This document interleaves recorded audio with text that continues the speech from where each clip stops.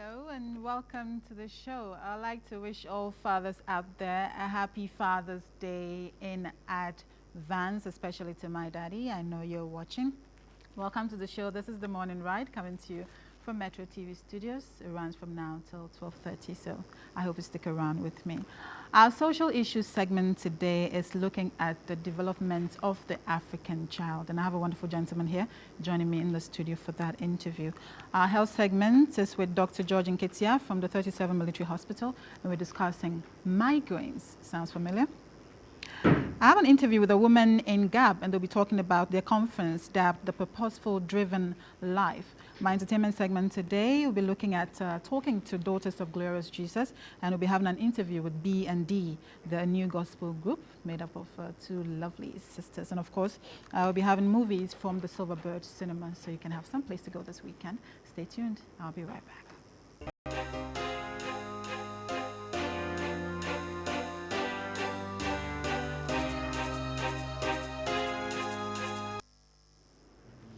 You're welcome back to the studio. Last week, Tuesday, was International Day of the African Child, and in connection with that, today we're discussing how to develop the African child for them to realize their potential to the fullest. Article 29 of the United Nations Convention on the Rights of the Child defines education as a right and says education should assist the child in developing his personality, talents, mental and physical ability to his fullest potential, his or her fullest potential, and to develop respect for human rights and fundamental freedom. But truly, do we as Ghanaians understand the child's rights on education? I have a gentleman here. He's been in my studio for different agendas, but today we're here to talk about something totally different. His name is Robert Klah. He's the author of the book, What Schools Fail to Teach About Education. Welcome to the studio. Thank you. That is quite a strong title for a book, isn't it? It is a strong title, but it is a strong title describing a very strong situation. So I think it perfectly describes the situation at hand. Wow. Yeah. Okay, so let's just summarize it before we get to the real issue here. What, in your own words, I mean, what do you say that schools have failed to teach children? In the first place, let me start this way. There's a difference between being schooled and being educated. All right. Currently, there are a lot of people who go through the educational system, and then when they come out, they don't really have enough substance in them. People finish school to find what they want to do, and all of that. People have first class, and they get to the job market, and employers don't want to employ them because the substance that they have cannot be used within the world of work. We go to school, and we are trained about everything mental, with no emphasis on how to do stuff. But when you go into the world of work, it's all about doing. When you go to work, you do. It is not about putting stuff in your head. So the question is, are we actually being schooled or we are being educated? So you sometimes find people who don't get first class, but because of their extracurricular activities, they perform exceedingly well in the job market because they are able to do. They are doers, not just mental intake. Exactly. Now, most importantly, education from its Latin sense means to draw from within and lead out. The question is, how many of us go to school and have our talents developed? You understand? Great. So most of us do go to school, our talents are not developed, they are rather trapped. We are asked and forced to learn certain things. And when you want to be yourself, you have a lot of problem. Meanwhile, that is the purpose of education. So what is the educational system doing? Back to this, what the schools fail to teach about education, I think the schools to teach about what education is, so that at the end of the day, individuals like you and I, who pay for us to be tutored, and who are ultimately going to face the pain when education goes wrong, to be able to make important decisions in our lives regarding what we should do and what we should not do. That kind of thing. I think I agree with you on what you said about people going through education as if it's a process, you know. Exactly. It's like they have to fill this blank space in their lives. That's why they're going to school, not because there's a reason for it. You know, you just need a certificate that says that you have a first degree or you have a master's. You find a lot of those university graduates, you ask them, what did you study in school? Oh, I did something, and then what do you really want to do? Then they mention something else. So what is the point here? Let's put that aside. But in your own words, are you going to say that our educational system has failed the children? Is that, in other words, is that what you're trying to say? If the purpose of education is fundamentally to draw from within and lead out, which means identify your strengths and lead you out and make you socially efficient, so that you are capable of handling affairs within your environment, and we are not able to do that individually and even as a nation, then the question is, have the educational system failed or not? And I would say yes. In most cases, education has gone wrong. Education, the Ghanaian education today should be able to empower people to handle Ghanaian affairs. But are we even able to handle our own affairs? Don't we have foreigners constantly coming in? In fact, you work within the country and you go to industrial area, all the organizations, most of them are owned by foreigners. Walk through OSU, most of them are owned by foreigners. All the big organizations, you understand? So basically, when I say Ghanaian-owned companies and they are coming up, I'm happy. But what I'm saying is, if our educational system is not able to train us to man our own Ghana, then our educational system has got huge flaws. In this case, are we talking about the techniques that are applied by some teachers in certain schools, or we're generalizing? Because it goes without saying that some of the schools do quite well. They do quite well in the way they help the children, become creative and confident and, all the other words that I can use. Are we talking about individual school techniques, or we're talking about general education system? We're talking about general education system, because the problem is not just about school. Teachers can do well, but what we also need to understand is that teachers teach what is in the curriculum. They don't decide what goes into the curriculum. Those who decide what goes into the curriculum are supposed to be visionaries. They must say that when we project that in the next 20 years, ICT is of importance to this country, and that is the only way the country can remain competitive, and that is how we should develop. Having discovered this 20 years vision, then they weave a course around it and place it within the course content, so that people in JSS and primary start to learn it. By the time it's 10 years time, they are practicing it. By the 20 years time that we are talking about, they have gained enough experience to be able to, help the country move forward. The question is, how are they putting the information into them? I mean, what kind of books are we even reading? And what things are we learning? You sometimes learn the same course with somebody. Aren't you a product of the Ghana educational system? I am, but I discovered early, very, very early in life, that I can make my educational decisions. So I am actually a self-educator. I choose what I learn. I do purposeful education. I choose the things I learn. These things I learn are developing me, because whether anybody likes it or not, at the end of the day, I'm the one who is going to suffer if my education goes wrong. And I don't want to live this life, which is one time, in a wrong way. I want to live it right. So in other words, you're saying that if my child is going to university for the first time, I mean, with your experience, what would you do? Let's say you were going to university for the first time. You're saying that you chose your own subjects, things that you want to, but you have to follow the regulations, right? Let me put it this way. You don't have to go to school because you're going to school. You're supposed to go to school because you have something you want to do. And based on what you want to do, you choose the courses that would lead you into getting there. Because a course is nothing but a developmental process which is actually supposed to help you attain the reason why you are in school. So my point is, people actually are going to the university because they have to go to the university. And then when they are done, they ask themselves, okay, now what can I do? But don't go and waste your 4 years only for you to ask yourself, what can I do? It's money and life gone wasted. Plus, when you come out, you're going to compete with people in the global world. Right now, it's no more a local thing. So are you going to waste your 4 years? Or do you want to sit down and say, look, this is what I want to be, and then look for the right course and go and get it done? That is what we should be doing. So, in other words, we're talking about career counseling here, having career counseling before a person even enters secondary school. Is that what we're saying? Because you have to go through primary school. You have to go through junior high school. You have to go through secondary school. Those are like basic things that you need to know. So you get to make your decisions when you get to what? You're going to university. Right? So what are we saying here? What education is we might be confusing people out Education there. is bigger than work. You understand? Great. We don't have to go to school because at the end of the day, it's going to give you work. It's bigger than work. Work is one of the aspects of the purpose of education. But education is bigger than work. Now the question is, let me ask you, what is the purpose of our JSS and what is the purpose of our SSS or senior high school? Is it supposed to train you for you to become efficient in managing affairs of life? And then, I mean, what is the purpose? Do you even know? Do the students in school even know what they are supposed to attain by the end of the SSS? Whether or not that thing is attained in their lives, nobody can tell. And I sometimes wonder how the Ministry of Education is able to evaluate whether these things are being attained. Because, if it is not the right of every person to go to the university, then the fundamental training that people are given must make them socially efficient to be able to start their lives properly. With or without a university education. Exactly. You understand? So it is not just about career counseling, because it is life. Education is about life. If you want people to respect their parents, you can train them in school to respect their parents. If you want people to become creative, you can create a course that would cause them to, get into themselves and become, creative. Okay. So that's what I'm saying. So it's beyond career. It's life. It is how life should be lived. Okay. Basically. Right. I'll buy that. Really, I'll buy.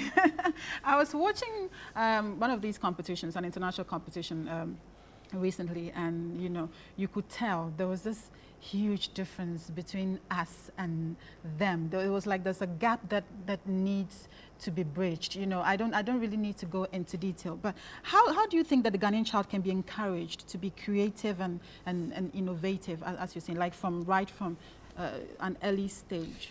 Okay, what I can say here is this. Of course, I would always ask for the educational system to be restructured. I've seen some of the reforms, some of the things they've actually mentioned, but one of the fundamental problems of Ghanaians is that we don't know how to translate ideas into implementation. We lack ability to execute. So I don't know how long it's going to take. I pray it's quicker, but I don't know when it's going to be done. What I would say, therefore, is students themselves should first of all gain knowledge about education so that they can make decisions. They need to understand that education is about the students. The reason why you have the structures in place, the reason why you have the school system, the headmaster and all of that is just one thing, so that they can teach students. So the students should understand education is about them. They need to have enough knowledge about how they can navigate their life through the educational system. And parents, most importantly, should take keen interest in the development of their children. I like the article 29 because it says this clearly. Exactly. Develop your talent. And God has given everybody talent.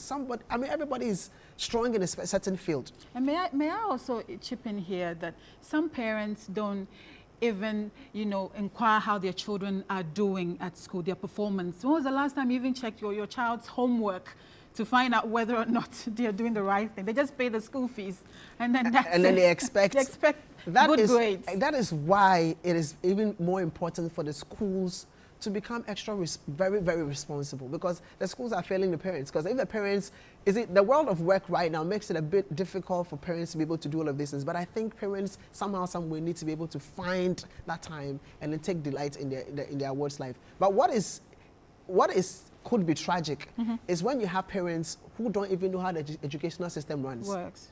You understand? Yes. And they don't know what's happening. They know that education is good, so they go through toil, thick and thin, and then get money, and they put their kids in school, only for them to come out and say, "Mama, me that kind of stuff. And their lives are still, not there yet. So there's a lot of things we need to do a lot of things to be able to, but I believe that ultimately the students should be able to take their education into their hands and then develop their talents, because your talent is what's going to fight for you.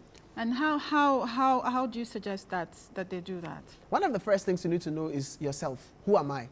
Understanding who you are, your weaknesses and your strength is the foundation for developing your talents. Once you understand who you are, you look for the right environments that can help you become more of you. Here's the deal. If I find myself and I see my strength is in speaking, I see my strength is in relating with people, then the next step is what job or what can I find in connection to these strengths that I have. Then you look for, so for example, if it's about speaking, I begin to work with people who are speaking, or people I look for motivational speakers, I look for people who are doing public speaking, I look for people who are reading news, I look anything in connection with my strength. Then I develop myself in that line. Because one of the reasons why we know Tiger Woods is because of one thing. Golf. Michael Jordan is because of one thing. Basketball. Bill Gates is because of one thing. IT. My point is your strength. Money. Your strength is what you need. You don't have to look elsewhere. Everything that you need in life is already placed in you. You understand? Yes. And that is why it is important for our talents to be developed, rather than we trying to become people we are not.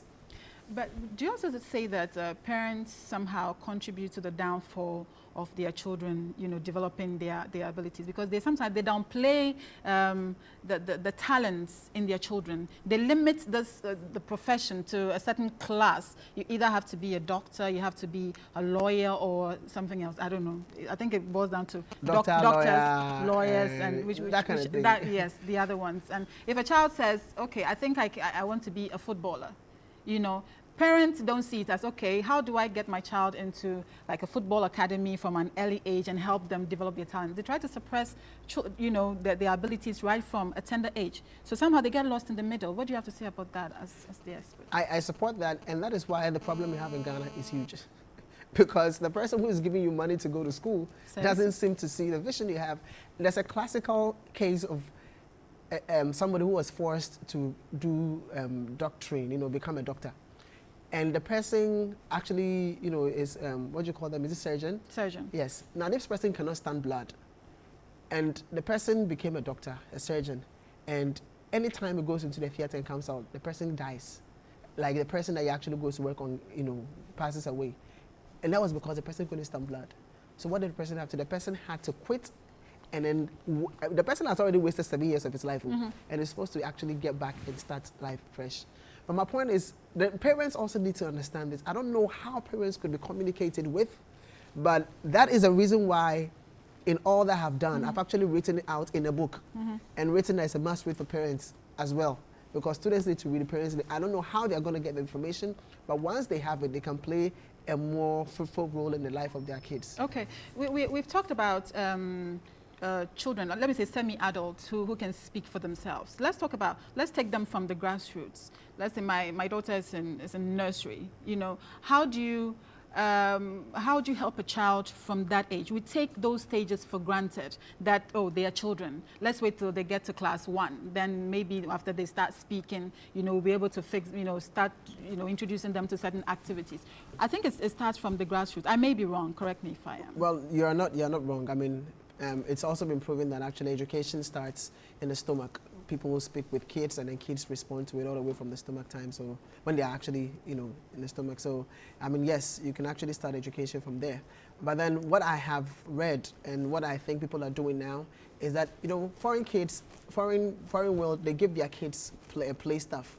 You see, when you put Lego and all of these things around cars and everything, you find somebody breaking the car, opening it and fixing it and stuff like that. And you begin to see this guy is probably into electronics and stuff like that. You see somebody messing around with PCs and stuff like that, then you know. But what is essential is that you need to give them enough material for them to play. To play with. And once they play, they begin to develop a passion for something.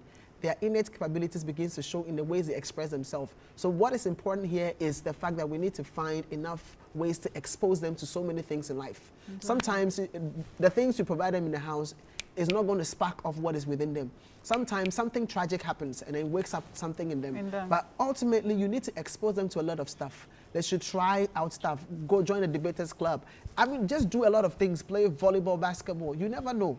Once you discover that particular thing, then you begin to champion. Exactly. But without exposure, it's absolutely difficult for you to know how you can express who you are in this world. So exposure is a key. If a parent wants to monitor this, one of the first things that parent needs to do is put this in your mind that anytime the kid is gravitating towards a particular angle, take a keen interest in it and see how you can actually promote the person and put the person within the right area. You know. Okay, I've been talking to Robert Klah. He's the author of this book right here. It says What the Schools Fail to Teach About Education. All right, you seem to have figured it all out. What is in this book that if I, as a parent, I pick and I read, can help me, you know, help my child develop their potential, their capabilities? Well, all the things I've actually mentioned, most of them are in this book. Yeah, and let's sum it up then. Are in the book, and it talks about the difference between schooling and education. It talks about what education is and how to attain education's purpose in your life. It talks about how you can optimize your performance, how to identify who you are, how to attain a career tips and stuff like that. Everything actually discussed is in there. How education can go wrong, how you can actually put it right. All of those things are actually in there. Okay. You know. Thank you. And, my very last question, I know I'm going to get it for this, but I just need to ask you that. Our kids, let's take somebody who's in JSS. They wake up in the morning, they go to school. They have extra classes after school. They come home, they have homework. They go to bed. It's like the same cycle over and over again. The aspect of leisure time for them to rest their brains and probably take interest in other things. We do take that for granted a bit, don't we?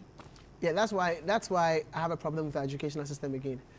Our educational system is all about pouring in, learn this, facts, figures, this, do homework, mental, this and that. But like I said from the beginning, education is the great end of education is not knowledge. The great end of education is action. Knowledge is just a means to the action. You need to know to be able to do.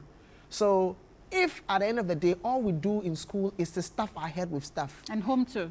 And home. And then at the end of the day, when we finish school, we chew poor pass and forget. Then we are wasting our lives. I will not even say time, our lives, because life could be better.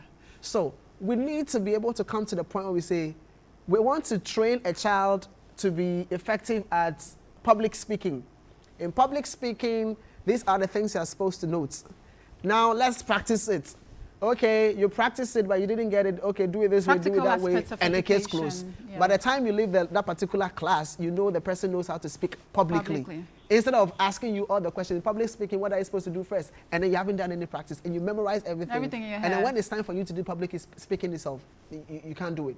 You don't have the confidence, you can't face the crowd. I mean, all of these things. So my point is, we just need a paradigm shift. I don't know how to put it, but we need it. And I hope this is able to spark that kind of sometimes I compare an adult's life to a child's life. And I think there are a lot of similarities. You know, our time is happy, but, you know, you wake up in the morning. We get stressed out sometimes. We do, because from work overload and all that. How about a 13-year-old boy?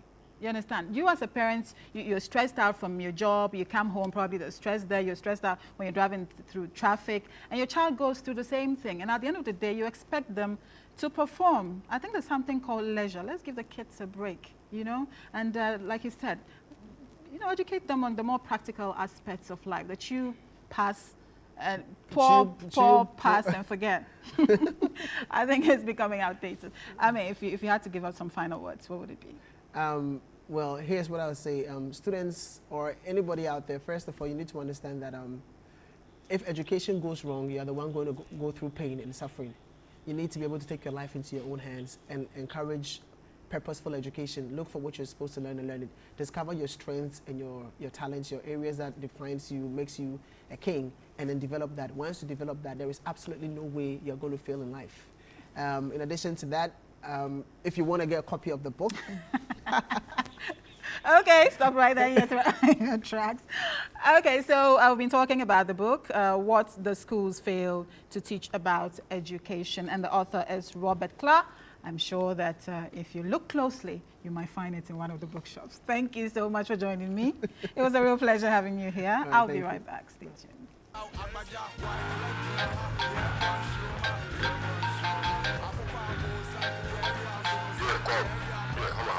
Hey, Hama. What are you here? I think I see you more. So I'm telling you,